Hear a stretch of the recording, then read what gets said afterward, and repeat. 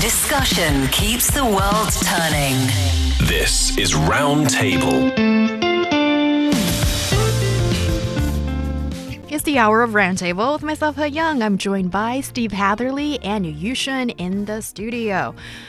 The Beijing to Shanghai high-speed rail has basically become a work train. If you catch the 7 o'clock G2 morning train, you'll see what looks like bosses and their employees sitting next to each other doing one-on-one PPT reviews. Colleagues lined up with laptops, syncing their work.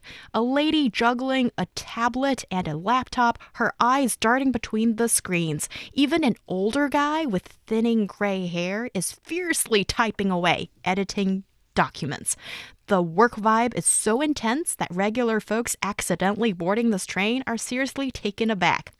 One college student, thinking he'd relax in first class with some fried chicken and soda drink, threw on headphones, fired up his iPad, and queued up some hype anime, only to be surrounded by the clacking of keyboards and conference call chatter as soon as the train started moving. And that student ended up spending the entire trip attending online classes. Steve, as an international traveler, what do you make of this Beijing to Shanghai high-speed rail train ride? I haven't taken it yet. I've only taken the high-speed train from Beijing to Xi'an and then back again. But as far as I know, this is a really reliable train. According to the schedule on 12306, that's the official train ticket service application, if you're not familiar with that. The train to Beijing or to Shanghai, depending on which way you're going, it departs every 30 minutes, and the shortest gap between two trains is just 4 minutes. That's basically like if you miss the subway in the morning. Right. You just wait a couple of minutes and the next one comes, except we're talking about something that takes you between two of the biggest cities in this country. I think that's why we can find the train now being used as a second office for a lot of people. Oh, yes. And also the interior or the, service of all of these high-speed rail is very important and making a lot of people working on it because it has spacious and comfortable seats, as well as maybe some of them have onboard Wi-Fi and charging sockets, making it very convenient for these travelers to handle work during their journey. The arrival rates and departure dates or times, 99% accurate, 98% accurate, respectively, which means you can depend on it. You know it's going to be on time. So if you have a meeting in Shanghai and you're leaving Beijing in the morning, you know you're not going to be late. If you fly, well, there might be delays, right? Because of some sort of weather problem or something like that. Yes. But you're not going to get that, generally speaking, with the train. So you know where you're going to be, you know when you have to be there, and that's what makes this so popular. Oh, yes. And also the Beijing to Shanghai or vice versa train ride is so well known for all the benefits that you guys have mentioned. And it is one of the most frequent high-speed rail train routes in this country. There are more than 40 trains coming back and forth. Daily. And then when you talk about, let's say, Beijing to another megacity in China, that is Shenzhen, which is a tech hub in this country, one of the biggest cities as well, there are only apparently 7 a day. And also, if you look at from Shanghai to Shenzhen, then it's only more than 10 or something like that. So when you look at the frequency of the trains, it says something very special about this train route. And don't get me wrong, it's not like on every high-speed rail train or train ride in China, people are whipping out their laptop and working, but maybe they do to some extent. But this one is now garnering attention. It's like known for that. Yeah, now it's becoming, people say it's a mobile workplace. I don't necessarily know if this is a good thing or not a great thing. Don't know. Not sure. I guess it just depends on the individual, right? That train that I was on from Beijing to Xi'an, there was a gentleman sitting directly in front of me, and he was working. And it was obvious that he was working because he was on the phone a lot. And he was the only one that was doing it. So I think other people around him, including myself, were a little bit, because this guy's being a little bit loud. But if the whole car was doing exactly the same as that, it would replicate kind of like a stock market floor where everybody's yelling and making important calls. And I don't know. My point is, I guess, is if it's one or two people, probably wouldn't be well accepted. If it's most of the train, then you would be in the minority if you were the one who was annoyed. Right. Would you be annoyed, Yushun? Does it bother you at all? If they're not too loud, it's okay because it'll just be typing and a little bit of phone calling. And I would say, all of these. Yeah, but imagine this. Hold on. It's 4 hours. I'm sorry. Am I bothering you? That's annoying. Is it?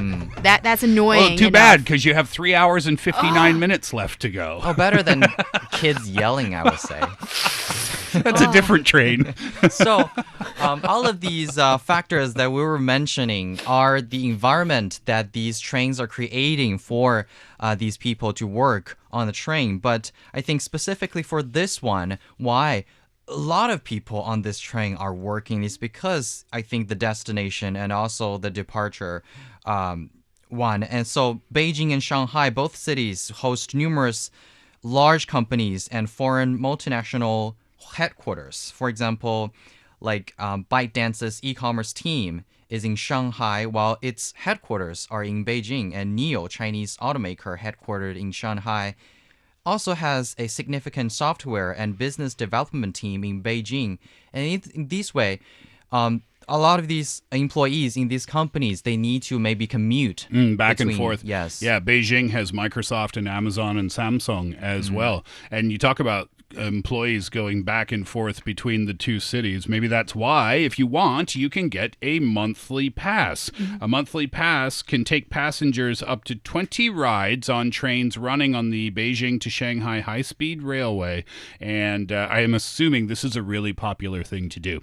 I guess it's not common for people to live in Shanghai and commute to Beijing every day. That would be 8 hours of commuting time. Yes. But if you have to go back and forth between the two cities maybe once a week, maybe twice a week because of your company, then it would make sense to get something like a monthly pass. Yes, and this kind of demand has offered this train route a huge profitability. Oh, they make a ton of money.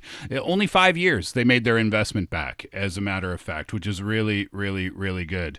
The two cities make a lot of money as well, 4 trillion won in terms of GDP, Beijing and Shanghai. But yeah, the train itself, I believe, is one of the more successful businesses, perhaps, if we look at the numbers. Annual revenue exceeded 10 billion yuan.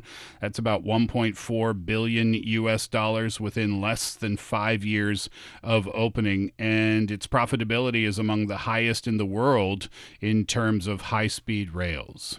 Also, this is a high-speed rail line that runs through cities in both northern and southern China. So many of these cities along the route meet a wide range of travel needs for people, and whether for tourism or business travel, this rail line provides more opportunities and travel options for people along its route, and it also facilitates economic connection between all of these areas because no matter you're doing a business trip or the business owners in these areas, they are trying to cooperate with each other maybe through this line. Yeah, definitely. And you're effectively connecting the Beijing-Tianjin-Hebei economic zone with the renowned Yangtze River Delta economic zone. And then the numerous smaller towns and cities, they benefit from this rail line for sure. Like Tianjin, for example, they benefit, I think.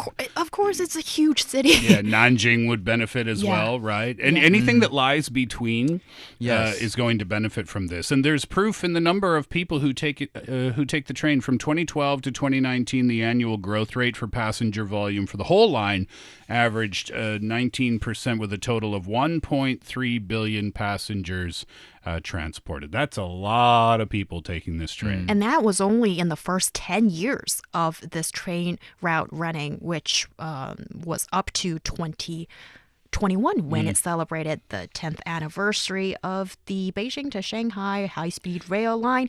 And also, we've talked about so many great benefits that it's brought to the cities, to the people, to all these different actors in play. But could there be a downside, considering these train rides to be filled with this office-like atmosphere? You've taken this train. Yes, I have. Did you notice this culture on the train? Well, I suppose I'm one of those mavericks that when everybody else is doing one thing, I defy I like to go against the grain, so I take a sleep. I take a nap. But also, as we're doing research, I did find all these complaints and criticisms from people too. What were they saying? Okay, so one thing is because now the companies, employers, and in general society sort of have accepted that the Beijing to Shanghai trip is 4 hours. Plus a couple of minutes, and therefore they expect you to return speedily, and they expect so much to be done. More pressure on the people who are making these trips then. Definitely. Productivity, the expectation of productivity has gone so high that one of the internet users making a complaint was saying online that she used to visit a friend, let's say, as she's traveling from Shanghai to Beijing. But ever since this high-speed rail thing has become so popular, never has she seen a friend or done anything sort of on the side anymore. It's just work, and then come back. People who just want to take it for leisure are now put off by that. Well, if it's leisure, then it's leisure. But if you're working, then your time is so focused only on work that doing anything of leisure on the side is like having the time to smell the roses or have a cup of coffee that is artisanal and not made by a robot. Sorry, don't have the time to do that. And yes, I think technology has really dominated the rhythm of our work to a large extent. And that's it for today's Roundtable. We will see you next time.